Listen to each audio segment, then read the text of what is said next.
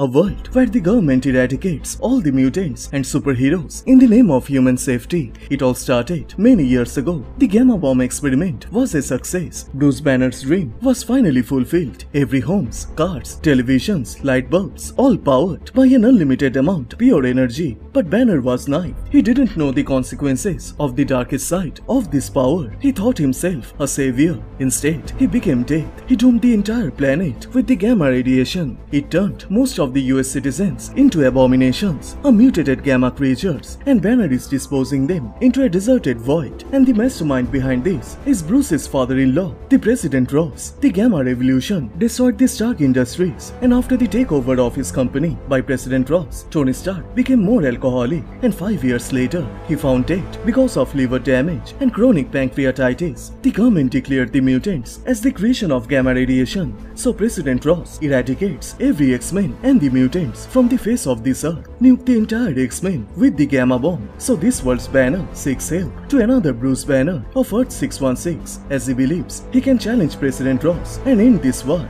But suddenly, their base gets attacked by Ross's army. So by controlling Hulk's body like a star shape, the 616 Banner jumps on the soldiers. He is confident that Ross will be taken down, but Banner was wrong. The advanced techs and gadgets begin to corner Hulk, and on top of that, President Ross drops his ultimate weapon on the Hulk, and right in front of him, Hulk finds a giant spider creature powered by gamma radiation. And this person is actually Peter Parker. He was a student of Bruce Banner. Peter was bitten by a spider that was mutated with the gamma radiation. Banner tried everything to cure Peter, but Ross got his hands on the sick Peter Parker, and using him for his own selfish needs. The increased strength of the Spider Hulk begins to corner Bruce, but he is determined to end this fight, and with one single punch, he takes out the giant Spider Hulk. Peter then reverts back to his normal state. He begs for mercy. He doesn't want to fight anymore. He just wants to go home to his Aunt May. But then, up in the sky, he sees the Air Force drop several nukes in that place, and as they explode, the abominations come out to fight the Hulk,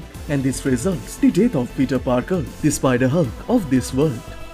So which part you like the most? Please let me know on the comment section down below, and please like this video and do subscribe, as this will motivate me to make more contents. Thank you so much for watching. Everyone stay safe, and I will see you guys in the next one. Bye.